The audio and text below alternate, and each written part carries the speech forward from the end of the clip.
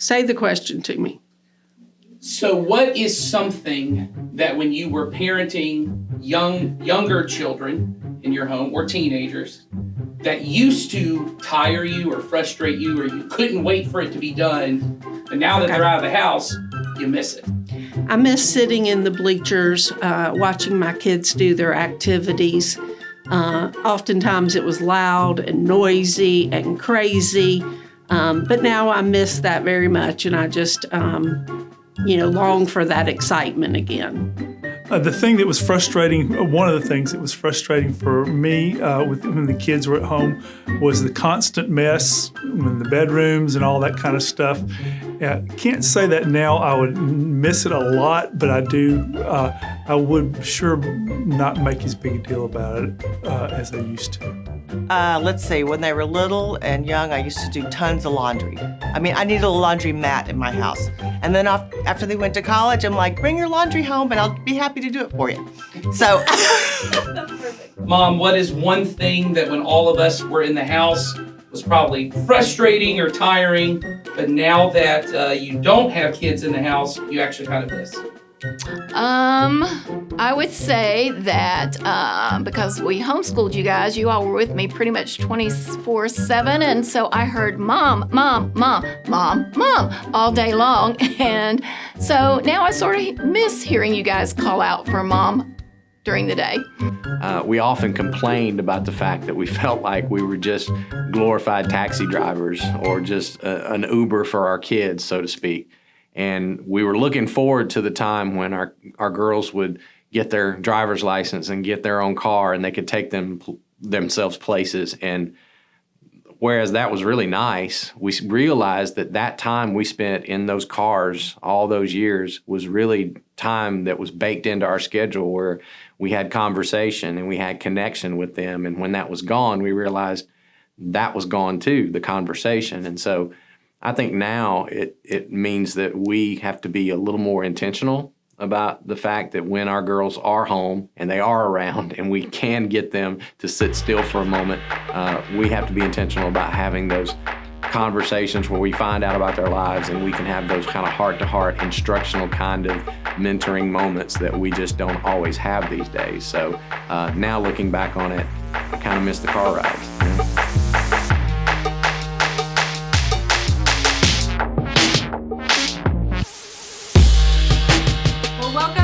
Great Parents Podcast. Yeah. I'm Molly, and this is my co-host Nathan. Yeah, we are both not great parents. Not great parents.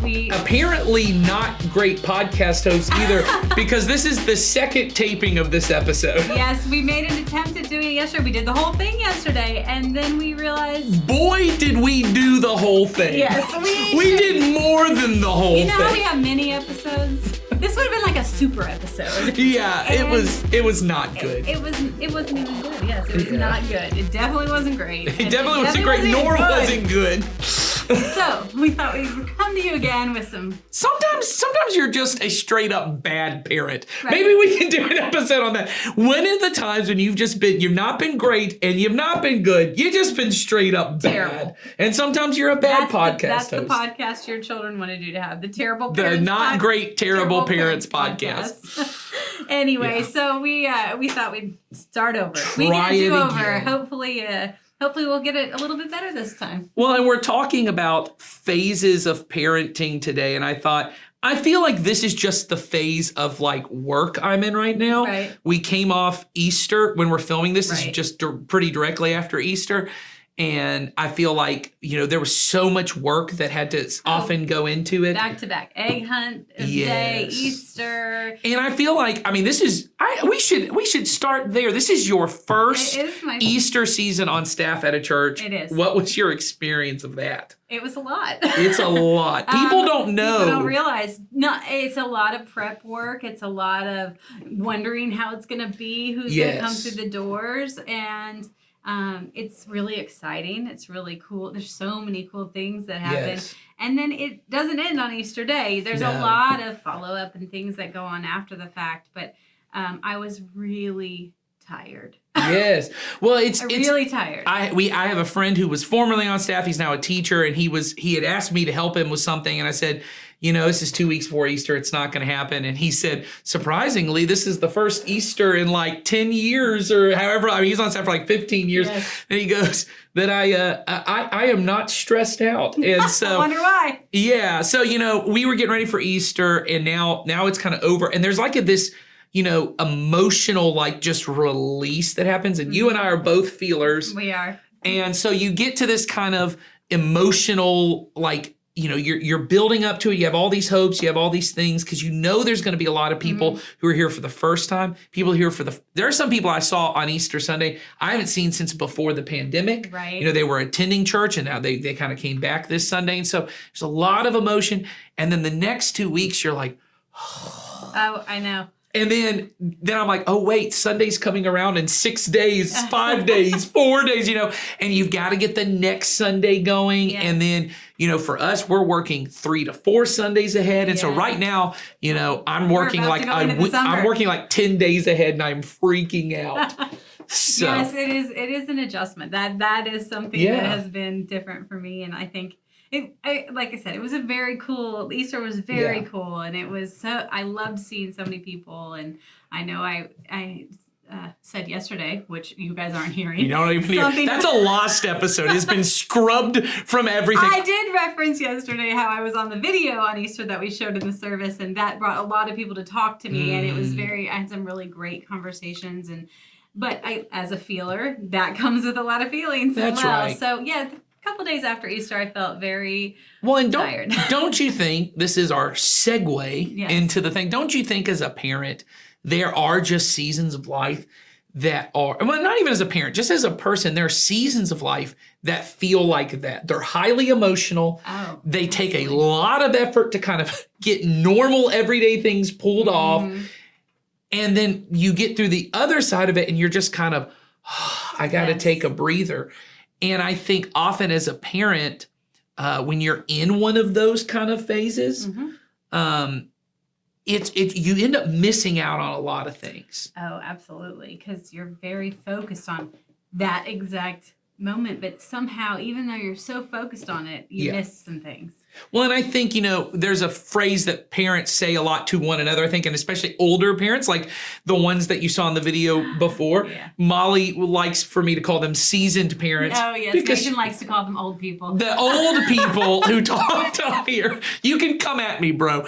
But the older, I'll say that they're older than me. Yes. Older parents will often say, hey, it's just a phase. You'll Yes. get through it. And that is true. And I And think you'll miss it someday. you'll miss it someday, right? And you're like, not right now. Yeah. That day ain't today. Today is not the day, and I bet you I won't miss this. Yes, you think I'll On never. a hard day, you might say that in your brain. But we know, and this is kind of the phrase that we say a lot around our church. It comes from the Orange Curriculum, which is, we talked about, it's coming up on the next episode. You'll see on the mini episode, we talk a little bit about our Orange Curriculum for children and students.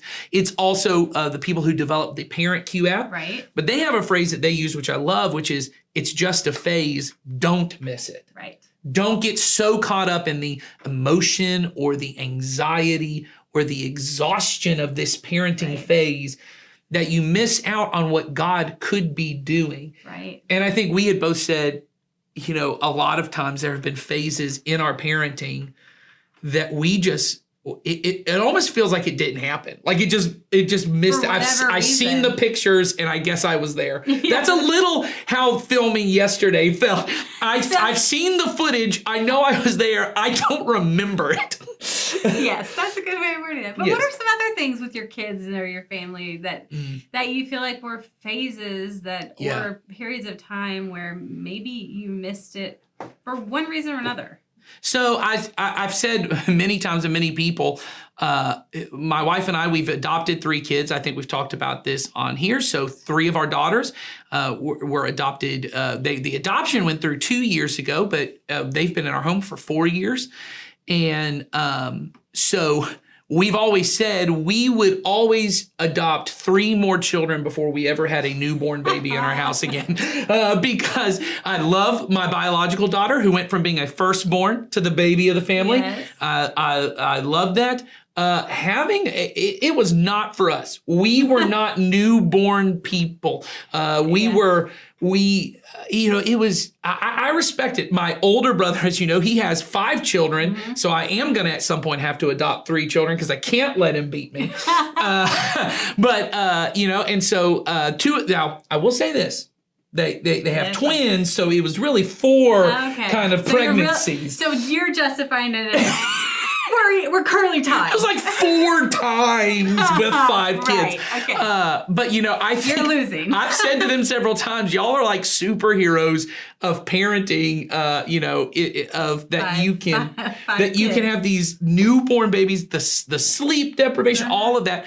I look back on it, it feels like a blur. It was very difficult. All of it, even like sleep scheduling and all the restrictions on what we could and couldn't do, just like in our lifestyle.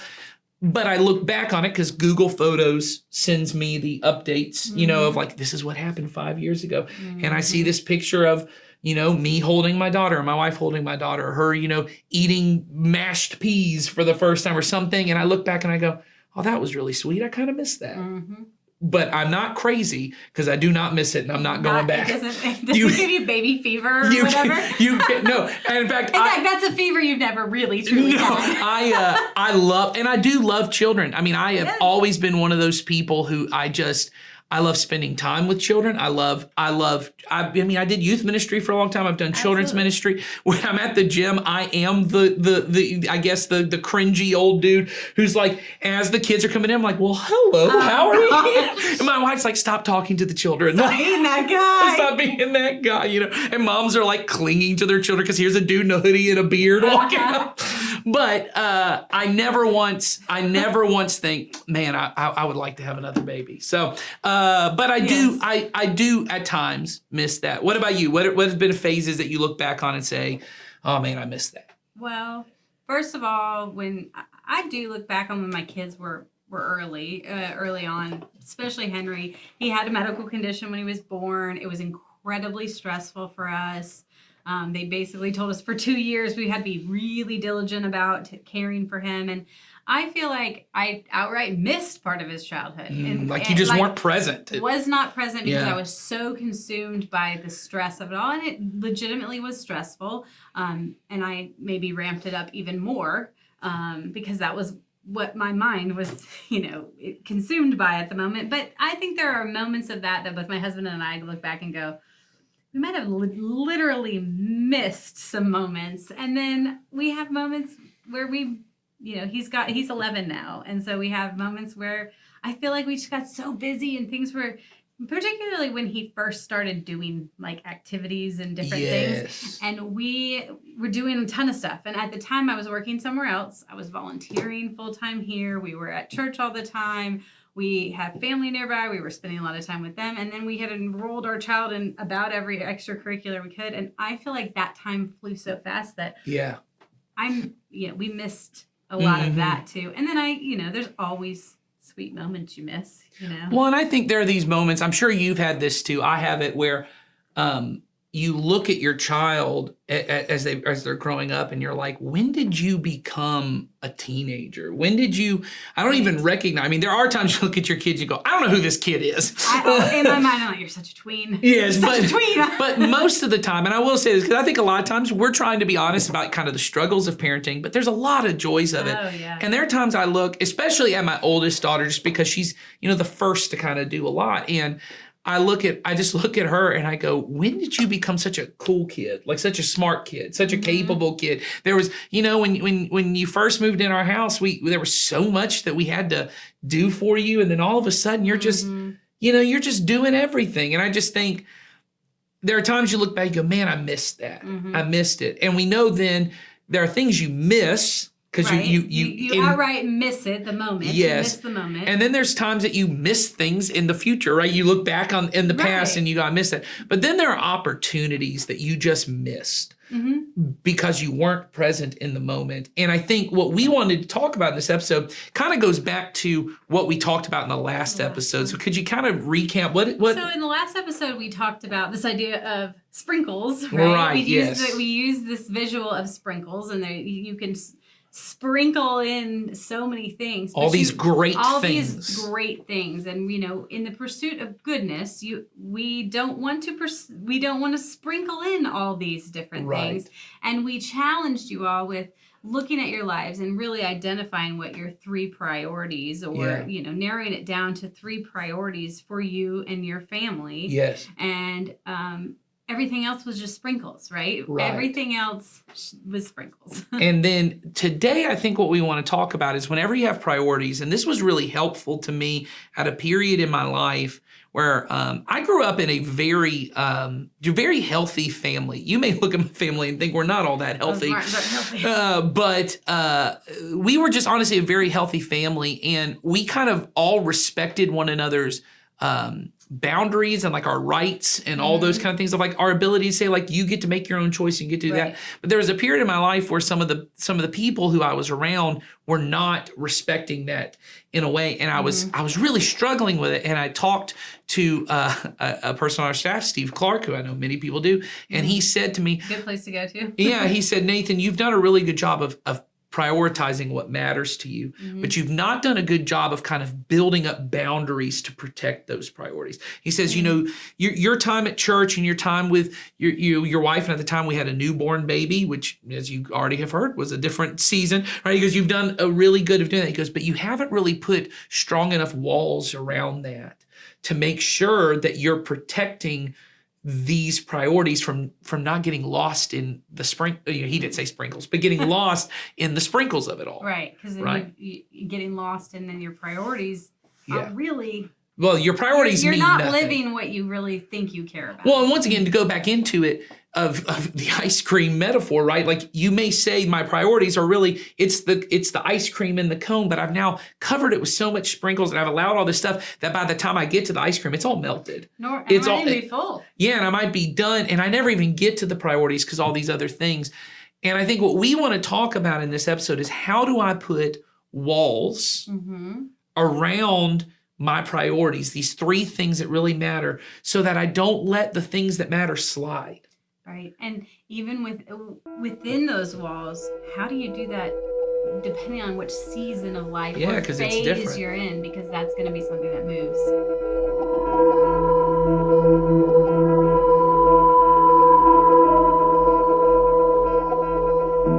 So imagine that it's the 5th century BC, and you're living in an encampment on the outskirts of what once was the most brilliant, powerful, and prosperous city in the nation of Israel, Jerusalem. A little over 100 years before, the city of Jerusalem had been destroyed by the Babylonian Empire, and the majority of your people had been taken to Babylon as exiles and slaves. This is one of the most devastating and traumatic parts of your history as a people. But after decades of exile, the Babylonian Empire was conquered by King Cyrus of Persia, and Cyrus allowed many of your people to return to Jerusalem. You and everyone you knew were ecstatic. Finally, you could return to the land God had promised you and your ancestors. Finally, you could worship God freely. So you and your family moved back to Jerusalem. But what you find shocks you. The city is nothing at all like the stories you grew up hearing about. The walls around the city are destroyed. The people living there are under threat from surrounding tribes, and they're struggling under the rule of the Persian governors. And the people who are living in Jerusalem are the descendants of the Israelites who were left behind. And they have abandoned the Lord their God and mixed their way of life and worship with that of the Babylonians and Persians. And so, once again, you and all the returning exiles are devastated. Without walls around the city to protect your people, what will keep these returning exiles? How will you keep your children from losing their faith in God and pursuing the gods of Babylon and Persia? And so for a decade or more, you live in Jerusalem, working and providing for your family, and you hold fast to the laws and commands of God. You continue your worship of Him, but under the threat of the surrounding tribes and the oppression of the Persian governors, and you're struggling. And with the attraction and greatness of the Persian way of life and the prominence of worship to their gods, you can see your children faltering in their faith, and you feel hopeless. And then one day, a new governor arrived from Persia with a large convoy of soldiers and timber and supplies. He was an Israelite exile, and his name was Nehemiah. He was the former cupbearer for King Artaxerxes, and he declared that the king had given him orders to return to Jerusalem and to rebuild the walls surrounding the city. The rumor was that Nehemiah had orchestrated this whole thing when he had heard about the struggles of your people, and that he had asked God, the God of Israel, to move the king to allow this to happen. And here Nehemiah was. He was recruiting men to help him rebuild this wall. So you immediately sign up to do what you can. So you join in with the work, and things are going well.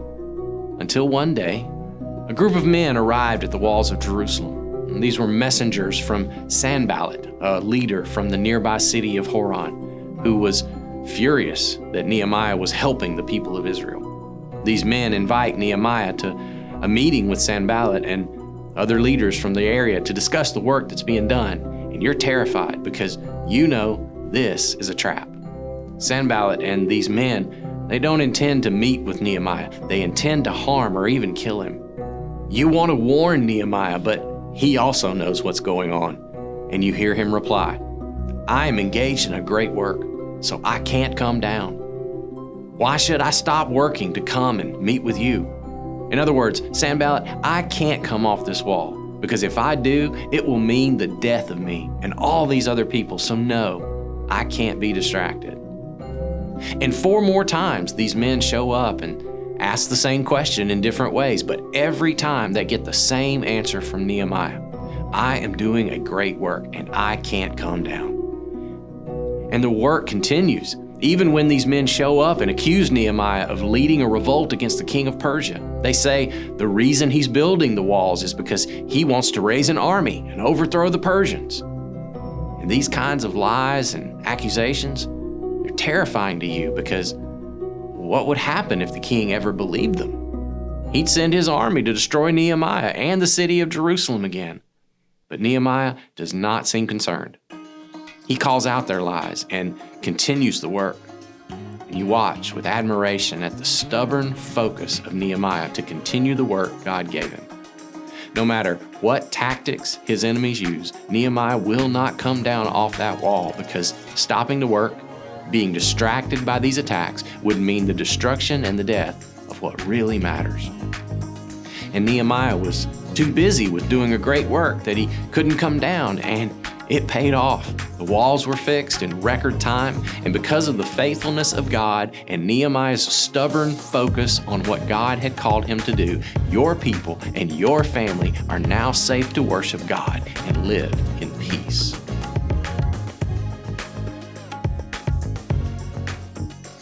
So I think when we are looking at the walls we're building, it's pretty imperative that we focus also on what season of life we're in. Yeah, because it changes. Your priorities never really change. No. I mean, they might change in some degree, but if Jesus is number one, he's not changing. If you're married, your spouse is not changing. But you may have different. The way we protect those priorities, looks changes. different. It looks different depending on where you're at. And there are different things that are under attack. Different priorities are threatened differently by my season of life. I agree with that. As a man, I would imagine that, there are certain times where working or I think this so. idea of being professionally successful or in some cases, if you're the primary income person from your house, the need to make more money, I would think that would often feel like an attack on some priorities you might have. I mean, if my career is not one of my priorities, which it's not for me, I think this may be a slight tangent, but I think it's an important thing. I always said to my kids when we talk about it, and I used to say this when I would teach it to teenagers, this idea of 3 priorities, and you put walls around them. And I would say, there are certain things that are just obligation. They are necessary things. So I may spend more time at work because I'm required to work 8 hours, and then I'm at home for 6 waking hours and I'm asleep. That doesn't mean I care about work more because I worked an 8-hour day. No, you're required to do that. Yes, these are necessary things to build the priorities that I care about. The problem is when work becomes the place that I find my meaning. The work becomes the place that I'm willing to sacrifice things that really matter to me for it.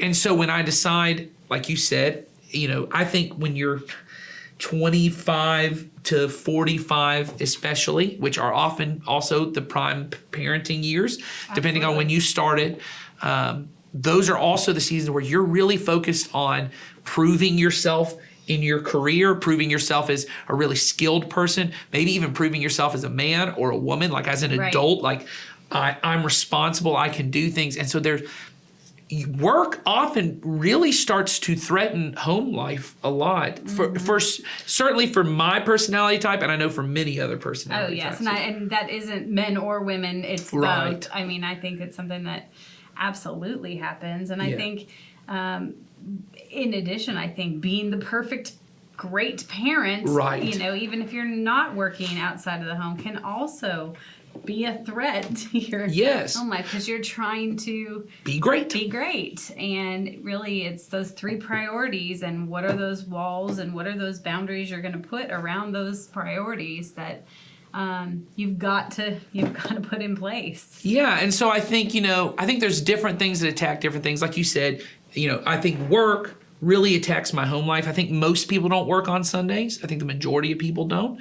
I don't know if it will always be that way in our country, because I know there are more people I know now who work on Sundays than I used to know who did. And certainly back when there were these, kind of, I can't think what they call them, but the Sabbath type laws that on Sunday every business would shut down. So certainly in our country, things have kind of gone differently. Well, and even just our access to the internet and technology. Oh, sure, and all my these phone. Things, my phone, my work is sitting in my pocket at any time. Yes. My kid's talking to me over here, but I'm getting on my phone over here and doing this. So it's changed. It's changed that, I think, for a lot of people. So I think in a certain season of life, work becomes this thing to my kind of, for me, it'd be work has often been, my wife would say she's often at times felt like a less than priority because of how much time I spent at work, and I work at a church. I know. So it was very easy for me, and I have to be very careful to put boundaries around even in my own, because I put Jesus and his church as number one for me. I have to be clear to myself, I'm not talking about my job. You're talking about your job. My job ends,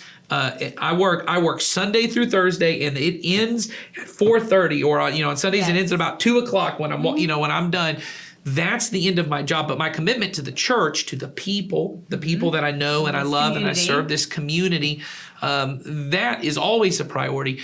But it becomes a threat at times, my job to my wife, to my kids. But then I think the thing you were talking about of being these kind of excellent parents who have my kids involved in lots of different things, and often to be a great mom or dad, it's not even like the society great. I want to be great to my kids. Oh yeah. And so what I mean is I don't want little Billy, which no one names Billy, so little Zayden or whatever, little Jaden, little whatever, whatever. These are the new little Billies, right? These Bailey. Yeah, that's right. These names, right? Little Bailey. I want little Bailey to. I don't want them to ever be mad at me. So to be a great mom is when they say, "Can I go spend the night at so and so's house on Saturday night?" I don't say, "Well, no, because we have church the next day." I say, "Sure," because I don't want you to be mad. Right. Or I don't want you to miss out. Or can we go to Six Flags on Sunday and I don't all go? All my friends who are going. Yeah, all my friends, and I'm going to miss out. Or as a family, can we go and do this as a family? Right. Or can we please go camping? This weekend. It's summertime. Let's go as many times as we can this summer. Or could we just hang out and be at home because you've been at work all week and you worked late every day, and we had baseball practice 1,000 times, and then you went and hung out with your friends on Friday night and I was at home and we haven't had any time together, and so now it's Sunday morning and this is family time, and you end up kind of creeping in at this point. You realize the walls I didn't put around work, the walls that I didn't put around in this season of my life, maybe my hanging out with other people, or my kids' activities, those have encroached. I didn't cheat church to go to work. No. I cheated church to be with my family, and so people start coming in and they go, so you're saying that I shouldn't spend time with my family, or that Right. Jesus wants me to take time So for my then you're family? going to go and cheat your family. Yes. Or cheat church to go to be with your family. Or some But the other reason you have to version. do that is because you cheated your family to work an extra 20 hours that week, or you cheated family time so that you could have a bunch of other activities that you didn't want to do, or you cheated family time so you could go hang out and feel like it was high school again and do all these same kind of things. And essentially, what you really did was you shifted your priorities because you did not protect them. And You the, did and, not put up. and the sprinkles melted the ice cream. Oh, right. And it all kind of just has. It got to the slid. gross goo that you. The gross goo when your in the kids middle. are like, and you're like, where's the trash can? And I think, and I know that may sound harsh if you hear it. I think there's this feeling of well then. What are you saying? Well, what we're saying is what we said in episode 3, which is you can't have it all. You can't have everything. You can't have it all. You can't have it all. The sky is not the limit. You might be able to jump like if you had a two foot vertical, good for you. that might be about what you can do. You might be able to get that. Some of you have a 2-inch vertical. You're just barely coming off the ground. But you got to look and say, for this season of life, these are my priorities. And this is mine. I'm not saying they're yours. Jesus and his church, my wife, my kids. Right. I want to put such good walls around the time I give to them, the energy I give to them, because I can be physically present at home and not emotionally present. I know that you made adjustments in the past to make Yeah. sure those are in place. So tell me about Yeah, I think. looking at your life. And, Yeah, so as I've said, there have been lots of periods in my life where work, I would have never said work was a priority, but it was. I always had this thing of I want to be here. I want to be the first person here. I want to be the last person to leave. So there was a long period where I would come in and I'd be here at 7 o'clock in the morning, and I would maybe leave the office at 5:30 at night. Go home and work. But then I would go home and write scripts. Or I would go to a meeting with somebody, or I would go on video shoots. If some of you remember, we used to have a lot of videos, right. and I often was involved in, I'd say 90% of those shoots. And so, there'd be 2 or 3 nights a week I'm doing those. Plus I was the youth minister, so I had a youth small group on Wednesday nights. We had events on Friday nights. There were weekends I was gone. And a lot of that was stuff I got to do with my wife, and that was such a blessing. But before we had kids, she just said, when we have kids, I got to have you at home. And so when my first daughter was born, we kind of put some boundaries around that. But then when we began fostering, and this was even before we got our daughters in the home, we had some other placements. My wife would just say, I can't do this by myself. I did not agree because it's difficult. Anyone wants to foster, it's a beautiful thing. It is one of the most difficult things I've ever done. And to do it on your own is a whole other thing. And so, especially when the pandemic happened and school was closed and all my girls were at home, my wife just said, if there's a way you can work from home, please do so. And it was really tough for me. Felt like it cost you. And in some ways it did, because I became instantly less productive, which for me was very difficult. There were things I had to say, I can't do that. And that's hard because you wanted to be the person that was, Yes. I can, so I will help Yes. or do anything here that needs to be done. It was hard to come in and tell people, hey, if you're going to have a meeting with me, it needs to be done at noon because I'm working half days in the office and I'm going to be at home working from the rest of the time. And to be able to say, now once again, I don't want anyone here and they go, well, I can't, I'm an entrepreneur, or I work at a job where I can't just leave at 12 every day. That's not what I'm saying. What I'm saying is, from that season of my life, it was important because that's not my current season. We are currently filming this past 12. But And yesterday we filmed our flop episode at 4. which we will not be doing anymore because we Yes. were exhausted. But for that period of my life, it was important for me to come home at that point, to be physically present in the home, even if I'm working, right? So that the girls, my daughters, felt kind of this other presence in the home. Right. My wife could get assistance And if she felt needed supported. assistance. She feels supported. And for that season, that was important. So it was not for, you knew it was not forever, but it was for right now. Yeah, and I think that's a really important principle. I mean, talk about that a little bit, what you mean if it's not forever, it's just for right now. Well, sometimes and I think as a parent, we probably all said this to our kids. Yes. You know, it's not forever. You're just going to do this right now. How many times I've said that to my kid 100 times? When Brushing my teeth takes forever. When I say go clean your room, and he's like, oh, how much longer do I have to do this? And I say, I'm not asking you to do this for the rest of your life. I'm asking you just to do it for right now, and then we'll move on to the next thing. That's right. And I think we all say it way more than we even realize, but yes, it's for us, it's in our own lives that way. It's not, I'm not forever, in your case, you weren't forever not going to be able to work, longer hours or at certain times of the day, but for right then, the priorities in your life, the boundaries around the priorities you had needed you to not be in the office or your mind consumed by it at that time. Well, even just in that, an update last night, I'm talking to my wife about, we're behind from Easter. Yep. I'm feeling super stressed. I can't even focus when I'm at home. And she just said, maybe on Friday, which is an off day for me, maybe you should go in for five hours or so. There will be no one in the office. Just go in, do your work. And I said, we've been really protective of this time as a family. And she said, well, it's not forever. Yeah. There you go. It's right now. You need this for right now, which what I think is interesting is, and this is what I always say is, we put walls around things that matter to us. I think a lot of us, we don't like thinking of it, but we do. Because you may have said to your kid at some point, hey, you don't have to go to church on Sunday. You can go to Six Flags with your friends, because I don't want to say no. I don't want to force you to go to church, because I don't want to force them to go to church, because then they won't like it. Mm-hmm. But when your kid says, hey, all of my friends are skipping school on Tuesday to go to Six Flags, can I skip school to go to Six Flags? You don't go, I don't want to force you to go to school. I don't want you to hate school, so I'm not going to force you to go to school. Right. You make them go to school. You put a wall around that time, and you say nothing else interferes. Or if you have a friend who goes, hey man, I haven't hung out with you in so long, let's just party it up like we were in high school again. Yeah, let's live it up. Tuesday morning, 10 a.m., I'm coming to your office, I'm picking you up, and we're going out. You don't do that because you have put a wall around that and said you can't do that. And some walls naturally just happen, things like work sometimes. If you have to be at work at 8 o'clock, you're not going to agree to have, most likely you're not going to do that. You could maybe take a personal day, but if you had to tell the HR rep, the reason I'm taking a personal day is because my friend wants to go down to the Alamo and do some day drinking, and I want to be a part of that, you might be a little embarrassed to say that. I just want to say, I just need the day. Just go ahead and tell a lie on that one. Yeah. But my point is, you may even have ways to get around it, but you wouldn't do that because you do know there are some things that matter. And what I have often found, and I'm just talking about as a parent, but also someone who did youth ministry for a long time, what we as parents often are willing to sacrifice for is we will sacrifice for great. Yep. And we've said this before, you will cheat goodness to get greatness.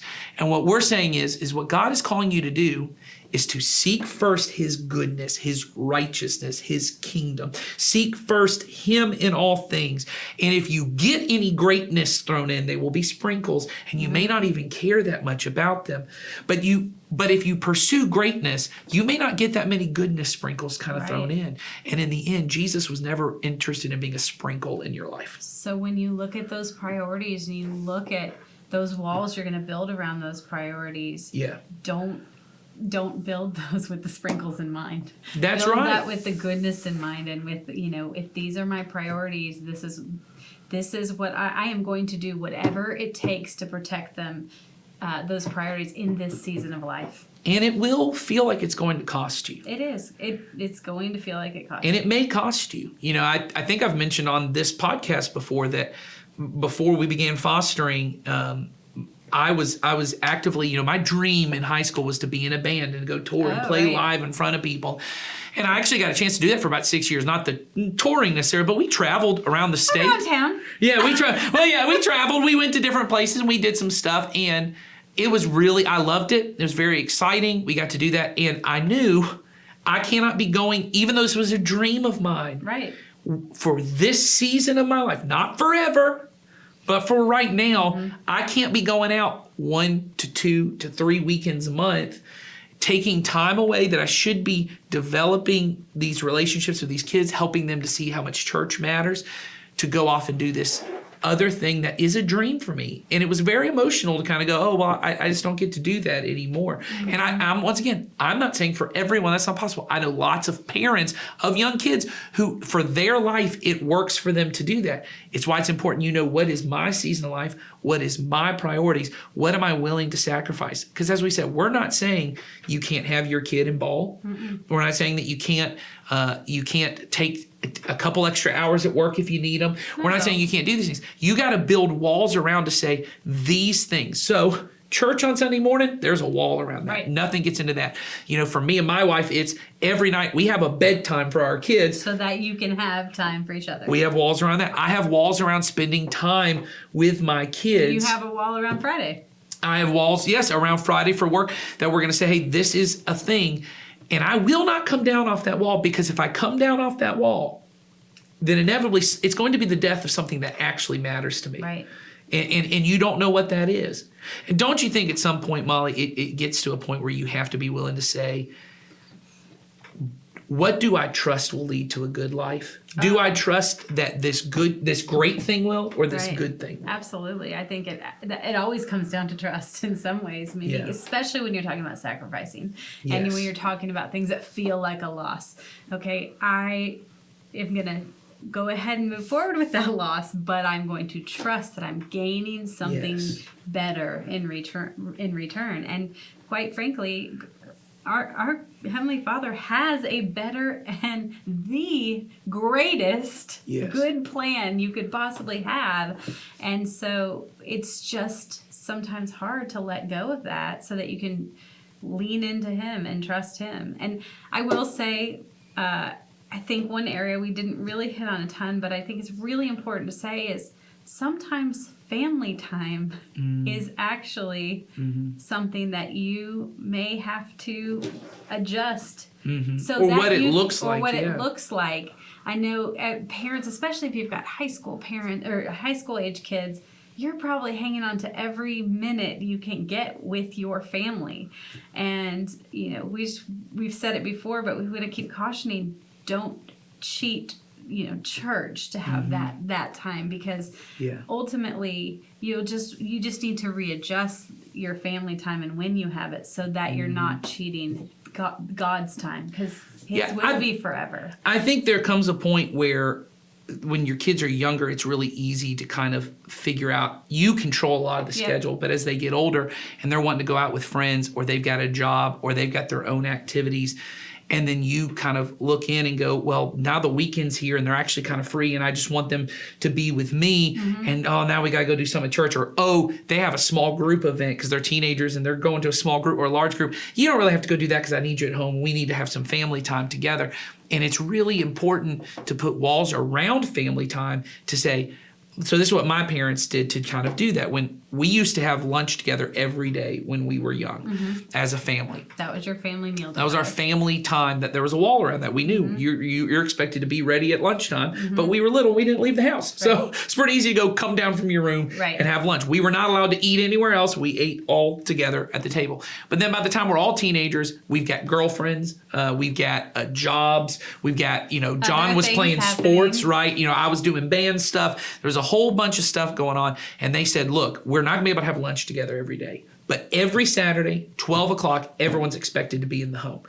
And we are going to have lunch. You can bring your girlfriends if you want. If you're hanging out with a friend, bring your friend. But you will be at home so we can do. And we just abided by that. And then it didn't feel like when Sunday, which I know we went to church together, but it was probably hard for you to imagine how all separated we were on Sundays. We were not all together on Sundays. But they said, church time, it matters. We're putting walls around it. Family time, it matters. And everything else gets kind of looser, and you're able to kind of make that happen. But it's really important that you as a parent put walls around those things. So that you protect your family time, but really you protect, your church time as well.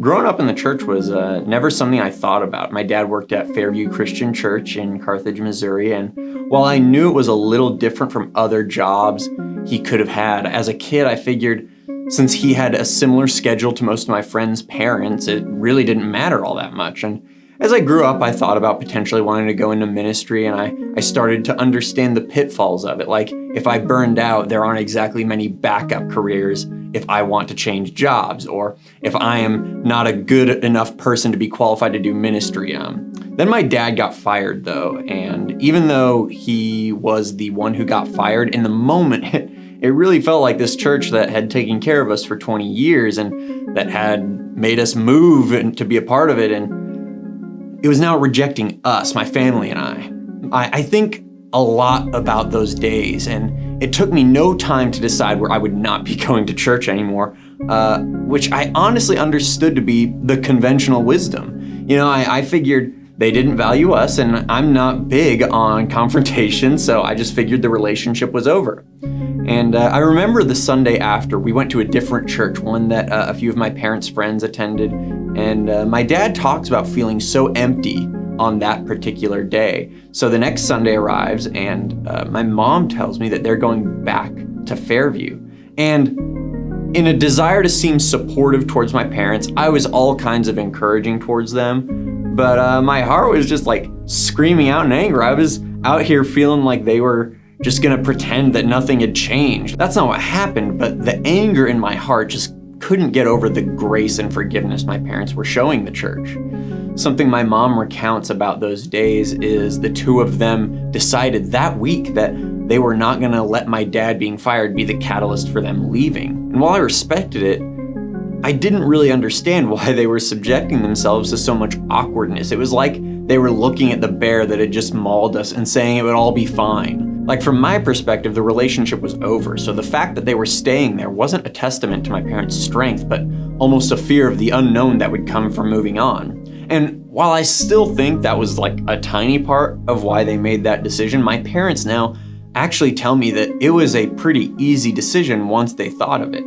They had spent their whole lives as parents showing me and my brothers and sister that our relationships with Jesus was what mattered most to them. And what I think I admire most about my parents is that in the moment when all their kids had moved on, they chose to do the extremely difficult thing and go back to this place that had hurt them quite a bit and just sit in the pain. And it was moving for me to watch the church surround them, and weirdly also watch my parents support the church as it changes and as it went through some really rough sledding. But for the first time, I saw the church as something that was actually more than an idea or a place on Sunday morning. For the first time in my life, I got to see my family being a part of the body of Christ, in that there wasn't a natural option for their mind. Their devotion to the church superseded their devotion to themselves in a way that I just never seen. And I think that it's something that our culture just doesn't understand. There's a level to which I desperately want to be like my parents in the way that they prioritize church over themselves.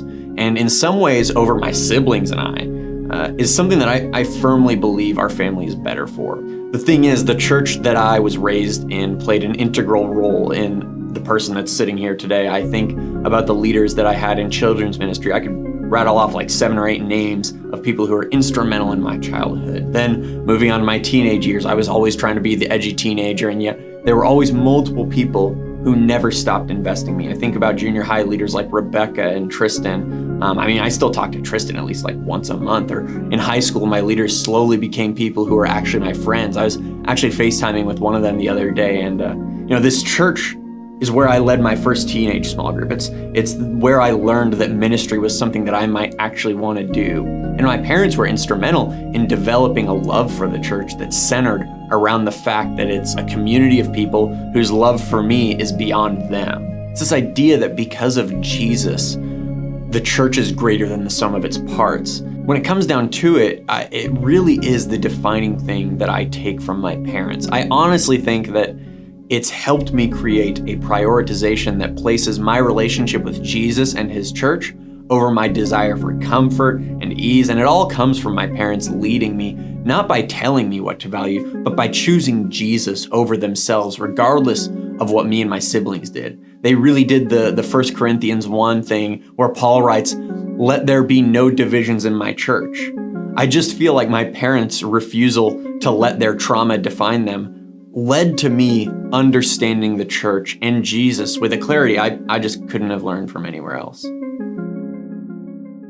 Well, when I listened to that story, I think of how they must have felt because I am a You're feeler. a feeler. I am I'm a feeler too. And so when I hear that, I'm immediately thinking, oh man, I'm empathizing with their feelings. Haven't been through their experience, but man, I'm thinking how they must have felt in that moment, and the outcome that they had. I don't know that I always would have been able to do that. Well, I think when we talk about seasons of life and we talk about phases, often that's just like my kid moved from being a toddler to a kindergartner, or they moved from being in elementary school to middle or high school and they're moving on. Right. But sometimes the season of life that you go through are storms. Oh, a lot of times it could be depression or something like that. It could be divorce. Grief, you're in the middle of a divorce, or it could be financial like ruin or rebuilding, or it could be the loss of a job, all kinds of stuff. When Henry was born, for me that came crashing at me when he was diagnosed with a genetic condition that required it was very rare, so there was a lot of unknowns, and it required a lot of care, and it required me to kind of give up this dream or this.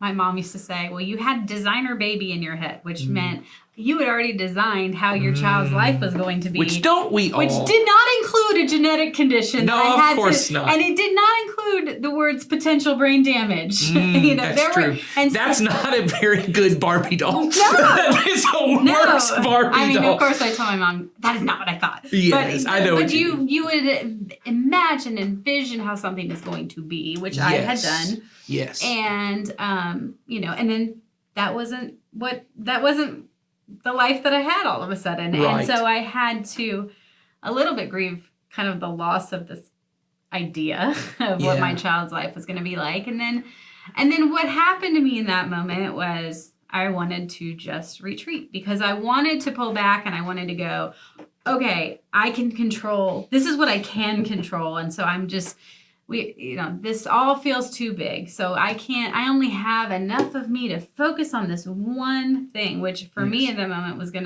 I thought was going to be my child. I wanted it to be just keeping him healthy, and everything was going to be surrounded by that. And what happened was I didn't want to go to church. I didn't want, because I had decided, that was going to be a problem for some reason or another. I was going to be away from my child, but I also might pick up some germ there or something. Sure. I didn't want to serve anymore because I didn't have the mental or emotional wherewithal. I didn't think. I didn't really want to talk to people because every time I talked to people, I had to talk about explain it. So I wanted to just be at my house with my kids. Well, and I have to and imagine, not even that much that either. I was going to say, I have to imagine even the priority of your marriage. Because any of us who have been through, once again, I've not been through your situation, but I've been through really taxing situations with children, and the wear and tear it does on your relationship with your spouse if you don't put those walls around it. It can get very taxing. And so for you, I know, and you told this story in our video on Easter Sunday, so this is how we tie it all in full circle to the beginning. Is you had a group of people from church. You had these previous walls of I serve. I'm at church on Sunday. I'm in a small group. I am, I hosted a small group in my home. I had all of these things that was the priority. And when you start retreating, they become the ones who start holding up those walls. Yes, they get up on the walls for you. In, or they said to me, okay, when are you going to start? I think I said this in the video. When are you going to start hosting your small group again? Yeah. And they weren't asking me when I was going to do it. They were saying, okay, it's time to do this. Yes. And they were saying, okay, keep moving forward in this.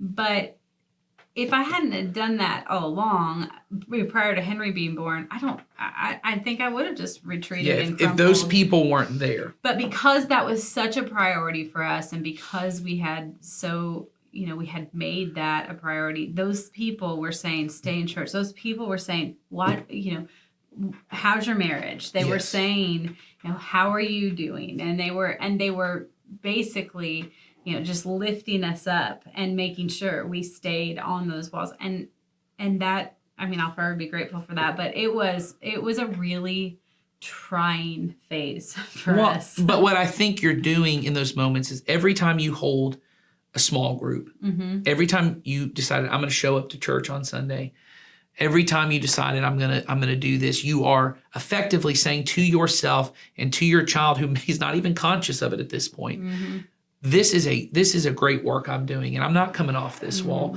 because if it is, because who knows what would have happened to your family had you chosen not to? Who knows what would have happened to the development of your son, who now loves church and has friends here and is involved, is about to be in middle school, and is going to continue that kind of path. Who knows what would happen to his faith? But what we do know has happened, and what you have provided is you've provided a testimony, like a literal, what we used to call, giving your witness. It is a witness to your child. It becomes a story, like the story, the storier. Look at that. Stoyer. The story Sawyer told. It becomes this witness from his parents to him of, my faith matters to me and I hope it matters to you. My commitment to the church, it matters to me. I hope it matters to you. And your son's not even, he doesn't consciously remember it. No, he doesn't. And so when we said, hey, there was Ben and I were talking about how the video was up on Easter, and Henry said, you did a video about me? And I said, well, not exactly about you. It's about when you were born. And he was a little bit sensitive because he was thinking I was just talking about him. And so I said, here, come over here and I'll pull it up on YouTube and I'll let you watch. Well, he's going to love this podcast episode. Yeah, this is great. My kids are always like, are you talking about me again on the podcast? Yes. But he watched it, and at the end of it, he said, that was kind of inspirational. And so, and it wasn't that I cared. I mean, as a parent, you want your kid to think that things you say are inspirational, but I don't think, and we've talked about the people in our lives and how important they were, but I think, having it all packaged together in a nice video made him also see, look, in that hard time, my parents did lean in on those people, and he knows who those people are. They're still in his life. Those people, not maybe he doesn't know every single one of them, but he still knows the first person that knocked on our door when we got a diagnosis. Like, he still knows all of that. Well, and he knows the community in which that story is now a part of, because that story is for some of you who are listening and you were here on Easter. There is a way in which your story becomes all of our story because we're a part of the same community, and the stories that we share. And I knew this. I grew up and my dad told stories about me all the time because he was just, Sawyer, your dad spoke a lot. I'm sure he had lots of stories about you all the time. Yes. Sorry, yes. What was I was the word nodding. My bad. I was like, this is an audio medium. That's right. He needs to say what it is. And the camera stopped pointed at you. Yes, exactly. But and people would always come to me, and even stories that were told about one of my brothers, they would assume was about me. And so they would come to me and be like, oh, you did this. But there was a way in which, and I always think about this, that I was kind of aware that like my family was part of a bigger family. And like, because it would never be weird that my parents would tell my grandparents or my uncle some story. So it was never weird to me that this would happen. And there's a way in which that these stories, they end up kind of forming us as a community of, these are the kind of people we want to be. We want to be people who build walls around the things. Here's why, I jokingly said before, I'm firmly committed that there will be no great parents at Community Christian. And I mean that. I want us to be a community of people who together, it's not weird that we put that I would grow up in a community where none of my friends were allowed to go to Six Flags on Sunday. None of my friends did these kind of things because it was normal, because we were this community where we all agreed our time together as a church family is just as valuable as your time together in your family. One's not more important than the other. It's that we're doing life together. And so we're going to put walls around them appropriately. And I think a lot of us in this season of life, there will be different things that attack your priorities of church and family. But when the attack happens, you can't retreat. You can't retreat. You have to really start building those walls. That's when you have to dig firm. And in my case, thankfully, I had people that held me up to those walls. That's right. Because well, and that can be one of the walls. One of the walls may be we show up to church every Sunday. One of the walls may be I'm in a small group, and if I happen not to show up one Sunday, someone goes, "Where were you?" Mm-hmm. Because when I don't show up for 3 to 4 weeks and no one thinks to check on me, no one is trying to find out. There's no way if you weren't at church, now you work here, but even before you worked here, if you weren't at church for 2 weeks, I'd be like, what in the world is going on with Molly? Yeah. Was she on vacation and just didn't tell us? Yeah. Like, it would not be weird because there are people that are around and they become part of the walls. And so I think as you as a parent, your kind of challenge, and this may be the only challenge you need, is one, build those walls, identify what the walls are, but just repeat this phrase to yourself every time one of those walls is attacked. I'm doing a great work, or maybe better for this, I'm doing a good work. I'm doing a good work. I'm doing a good work, and I can't come down. No. And so that may be you're in a season of life where you're trying to build a business or you're trying to build a career. And every time you have to say no to a project or you have to say no to a client because you can't take on more than you can do because it would require you to work more, you may have to, every time you hang up that phone or you send that email, I'm doing a good work and I can't come down. It might not be forever. It's now. It it's might not be forever. just now, but not forever. Or you may be in a season of life where things are really difficult right now and you are terrified to walk into that church building. You have so much anxiety in walking into church, going to small group, giving up this time that you have, and you want to just be alone. Every time you walk in, you say, I'm doing a good work and I can't come down. And you may have to repeat it, even if your knees are shaking as you walk in. If you're in a season and you're a single parent right now and you've got kids at home and you're lonely, and you want a spouse, you want a companion, and there's nothing wrong with any of that. And I'm not trying to tell you what to do. I'm saying you may have to seriously consider when you're looking at, is now the time for me to date? Mm-hmm. You may actually have to say to yourself, every time you say no to someone, you may have to say, I'm doing a good work right now. And it's not forever. It's right now. This has to be where my focus is. And if I'm going to do some of these things, then what are the boundaries within that? That's right. What are the walls and every time something kind of bumps up against one of those walls, just be honest. Evaluate it. Yeah, you put those walls in place and you say that. And this is what I would say is you have to have the walls in place before someone attacks them. Yes. Because every time they knock down a brick in the wall, every time they get a little bit through, you start going, well, maybe I could pull the wall back this far. Or maybe I can do this. You need to know ahead of time, these are the walls I'm putting in place, and nobody's breaking this down. I don't care if it's a client. I don't care how good the money is. I don't care how attractive he or she is. I don't care how good this looks. I don't care if their name is grandma or grandpa or uncle or aunt. This wall is in place. I am doing a good work. I cannot come down. And it may be that you have a teenager, and when you tell them, hey, no, we go to church on Sundays, you can't do that. And they say, I hate you. You're so unfair. You're controlling my life. And they stomp upstairs. Yes, and I'm going to hate church. You'll never make me love church. And they slam that door. You need to mutter under your breath as you're just gritting your teeth saying, I'm doing a good work. That was me as a kid. Yeah. I told my parents, I hate that place and I don't want to go. I'm never going to work at a church. I'm never going to go there now.